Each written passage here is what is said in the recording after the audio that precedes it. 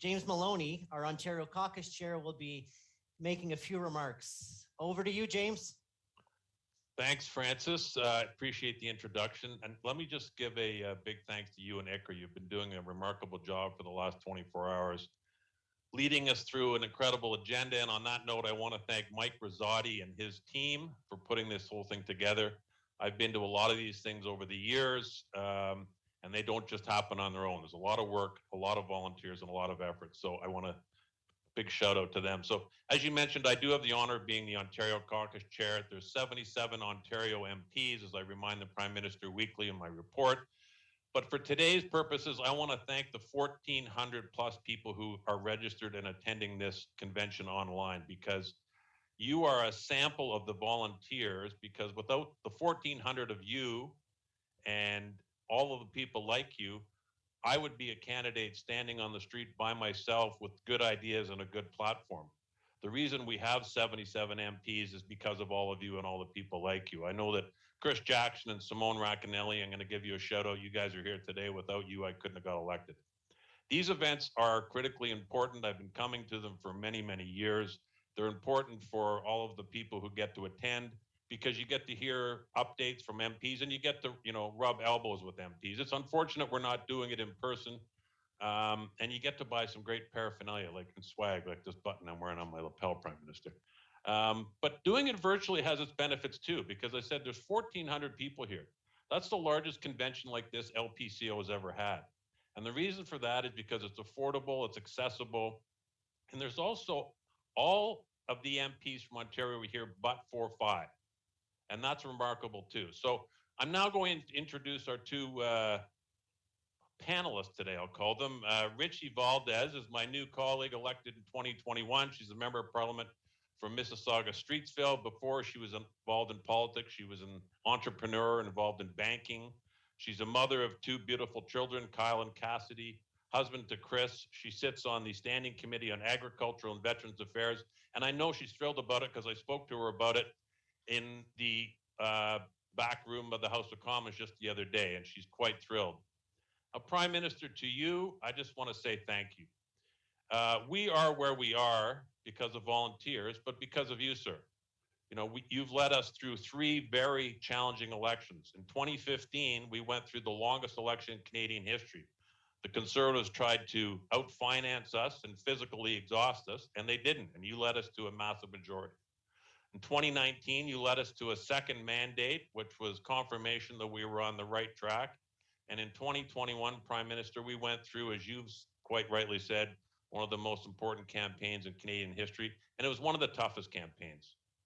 But we got through it. It was a referendum on what we stand for.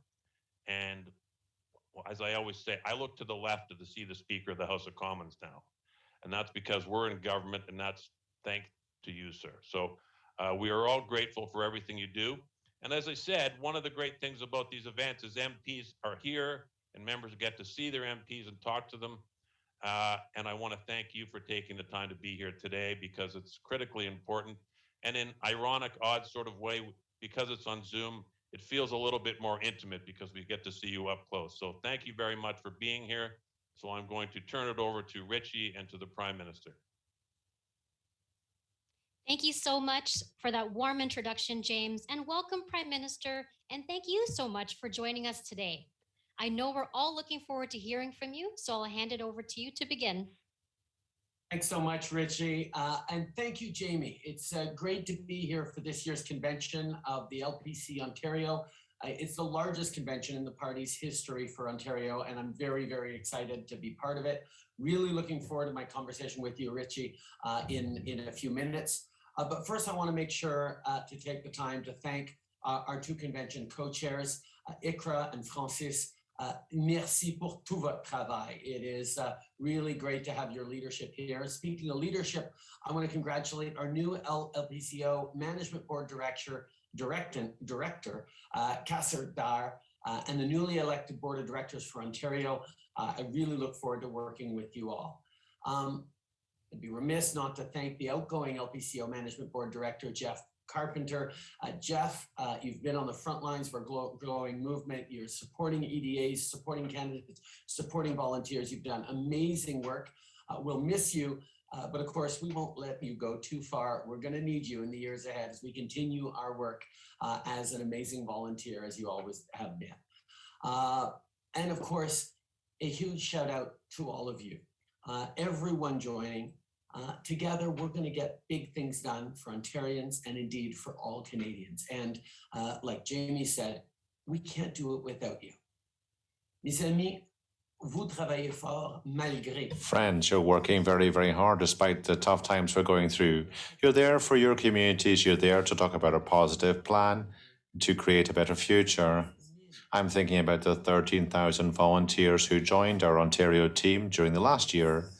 Thank you very much for everything you're doing for us. Because you made phone calls, you knocked on doors, you never gave up.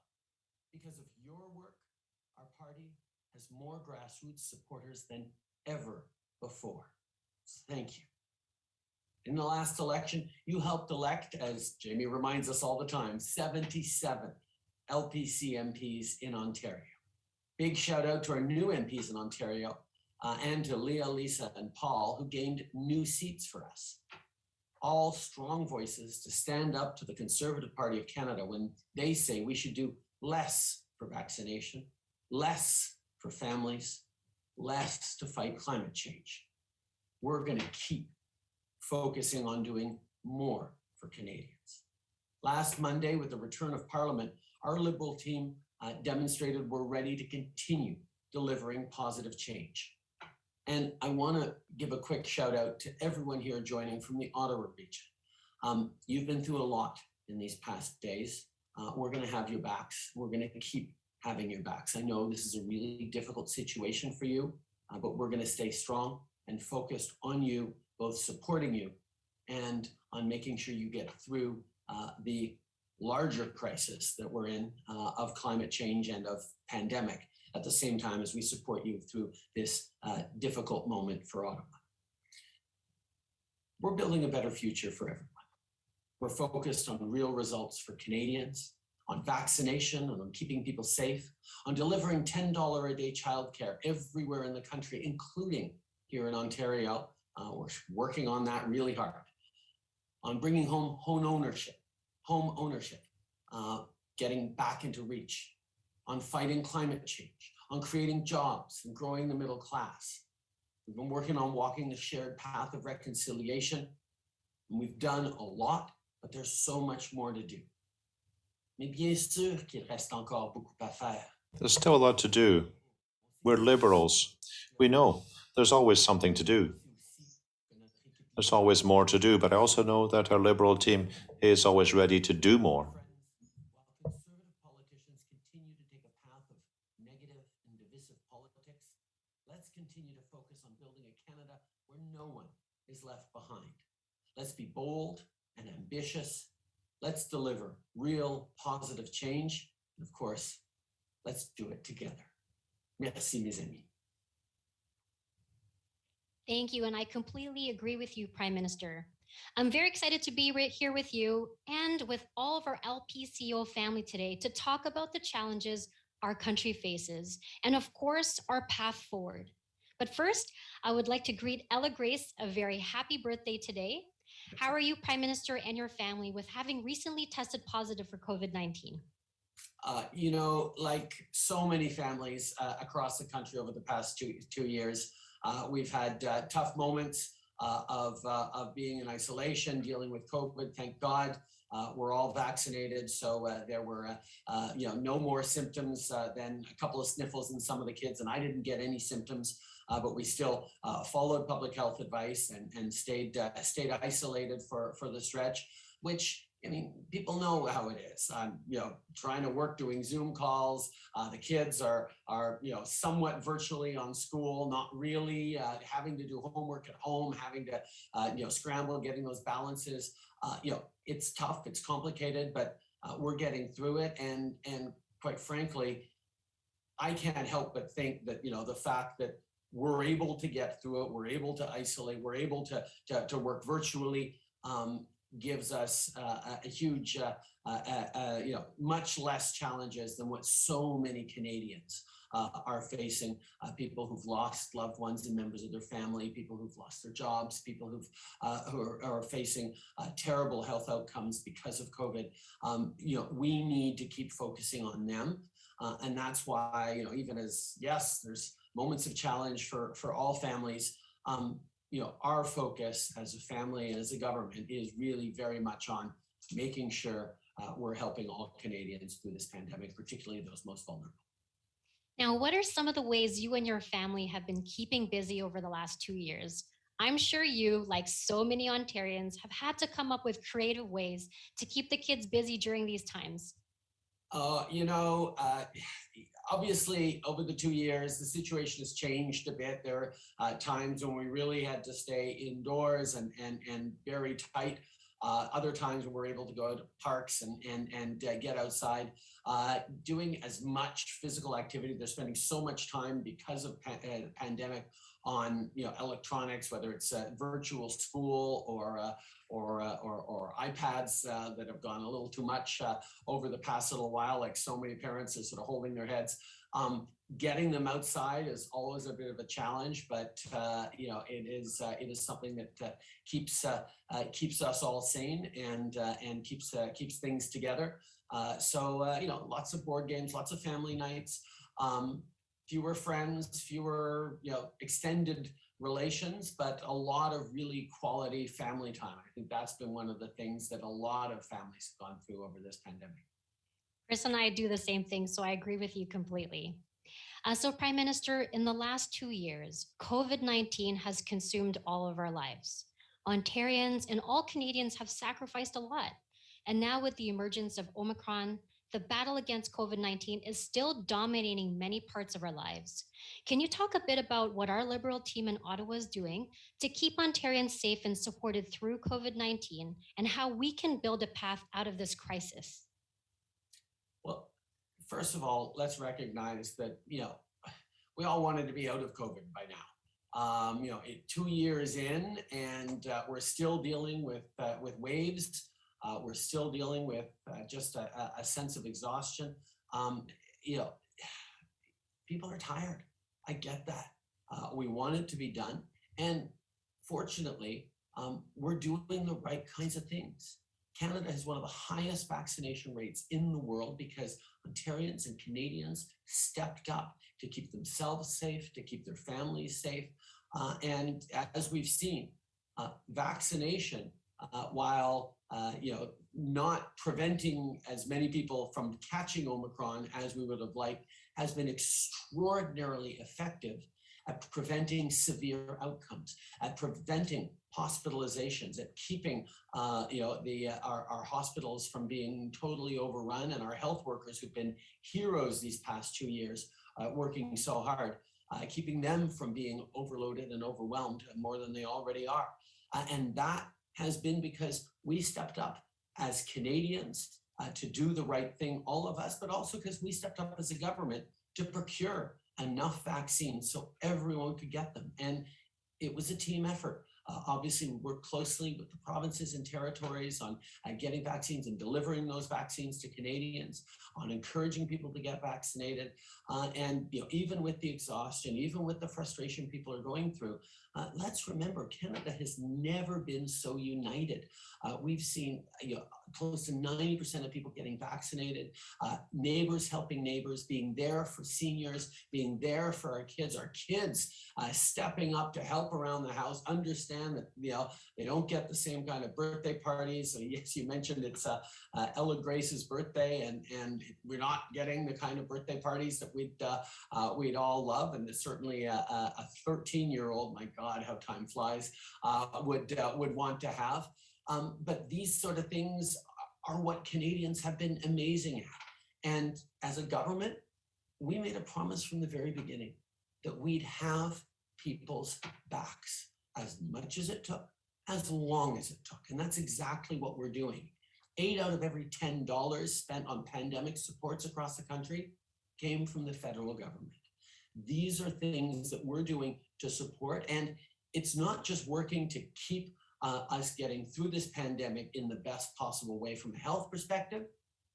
It's also helping our economy bounce back stronger than so many others around the world, because we came into this with an extremely strong fiscal position, and we still have an extremely strong fiscal position. Yes, we have to be thoughtful with the rising cost of living and how we move forward and continue to support people. But when we do things like invest in $10 a day childcare, that's great for families. It's great for kids. It's great for moms getting back into the workforce. And therefore, it's great for our economy as well. This is something that's not just a social program, it's an economic program. And making those kinds of investments to support people as we go through, the way we did with the CERB and the wage subsidy at first, but now with direct supports to get our economy going again and to keep fighting for a better future, sustainable, fighting climate change, reconciliation, there for families, there for growth. These kinds of things is what we're going to continue to focus on. And Canadians have shown that we pull together to get through this, and that's what we're going to keep doing. Thank you. So affordability is something that is top of mind for Ontarians. The costs of childcare, housing, groceries are all going up. So how are we tackling these challenges, and what more can we do to make life more affordable for everyone? Well, first of all, me saying, and us as a government saying that we were going to have people's backs through the pandemic as long as it took, as much as it took, wasn't something new for this government. That's the promise we got elected on in 2015. And that's what we've been acting on, focused on affordability for families from the very beginning. Very first thing we did was lower taxes for the middle class by raising them on the wealthiest 1%.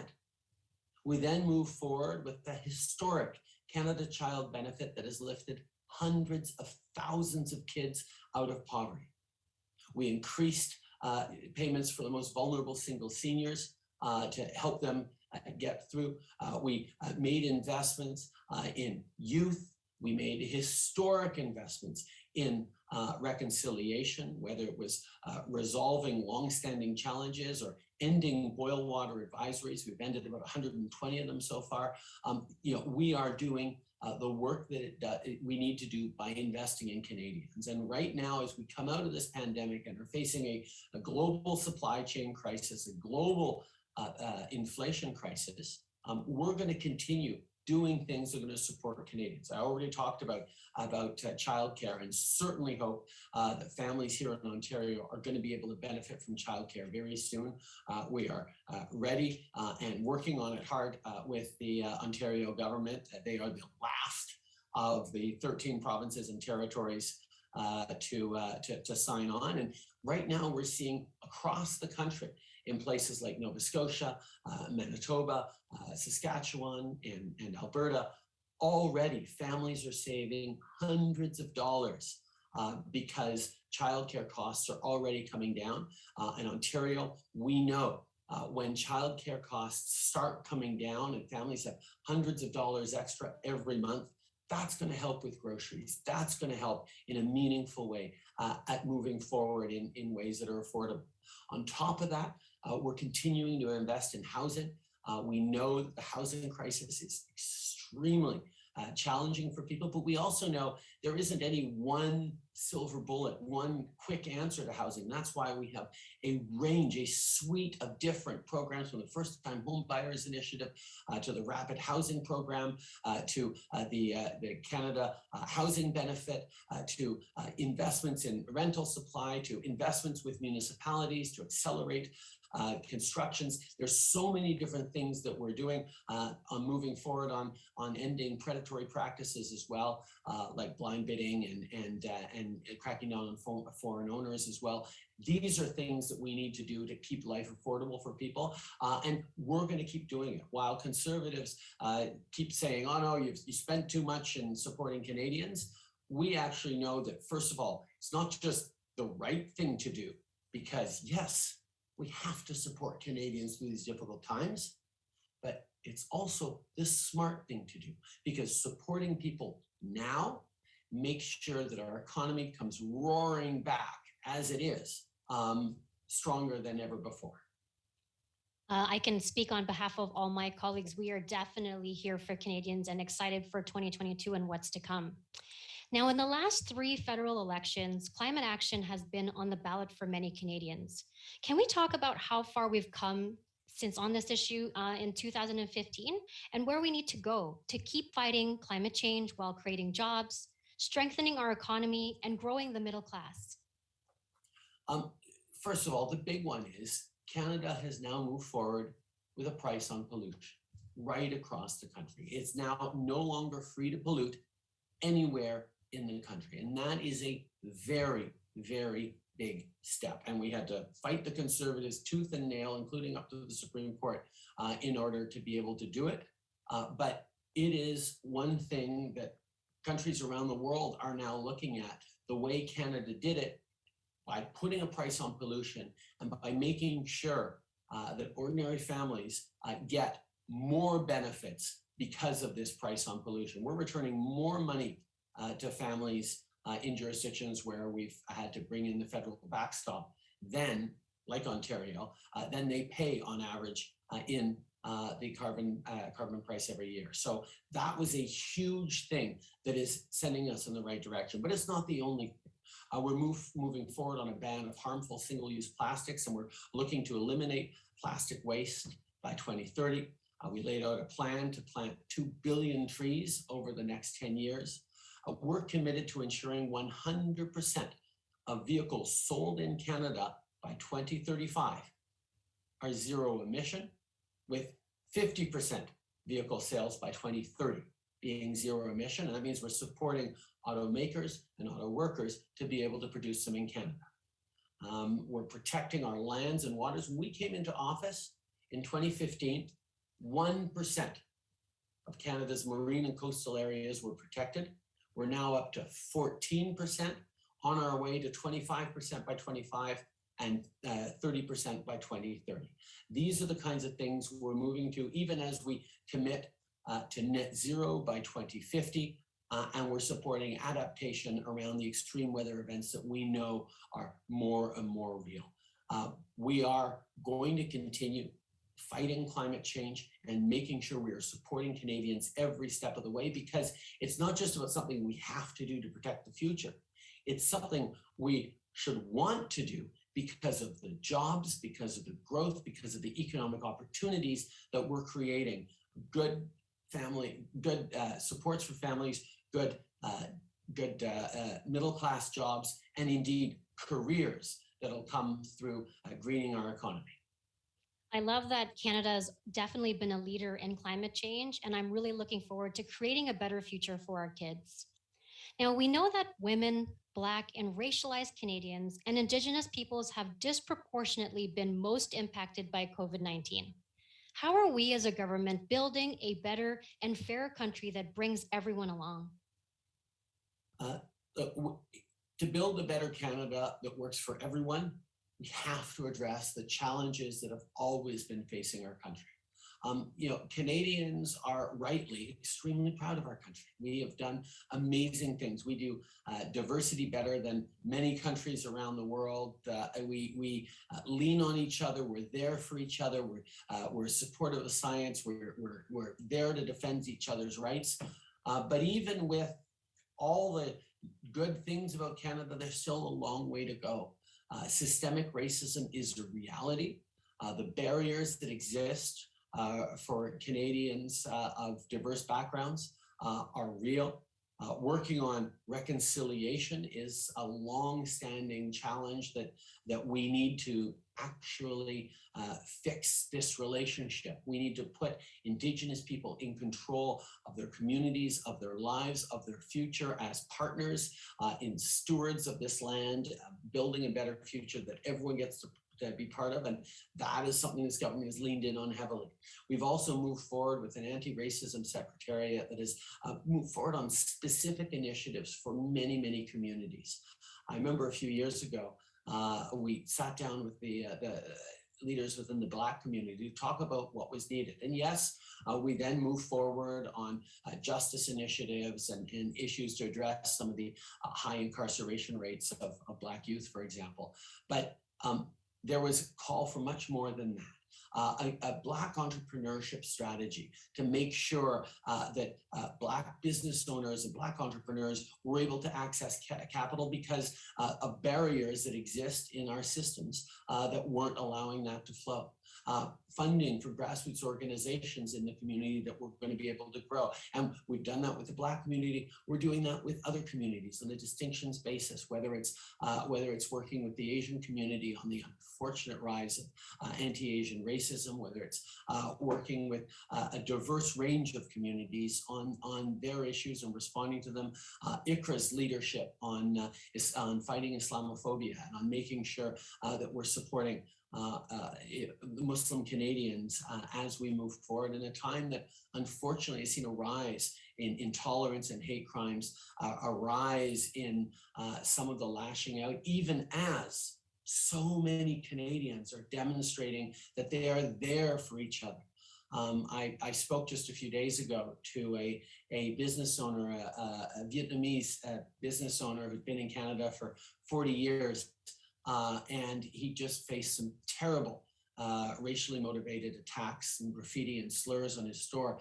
And he was actually overwhelmed with the support. The community then came out as soon as they heard about it, it was in the news, to show him that the vast majority of Canadians are good, want to be there for each other, are going to be supportive, are going to be open and respectful, and building this extraordinary, diverse, pluralistic future that we know we can have and that we can model to the world. But it requires all of us to make sure we're taking action, to make sure we're stepping up, to make sure each of us are being allies to people. Discrimination and harassment. These are things that we can do as Liberals, and we are doing as a government. I agree. And, you know, as an immigrant myself who's come to Canada, I'm so proud of the country we live in and more proud of our government that we celebrate diversity and inclusion always. So, Mr. Prime Minister, we all know that we can't do any of our work that we do without our incredible volunteers across the country, many of whom are joining us here today.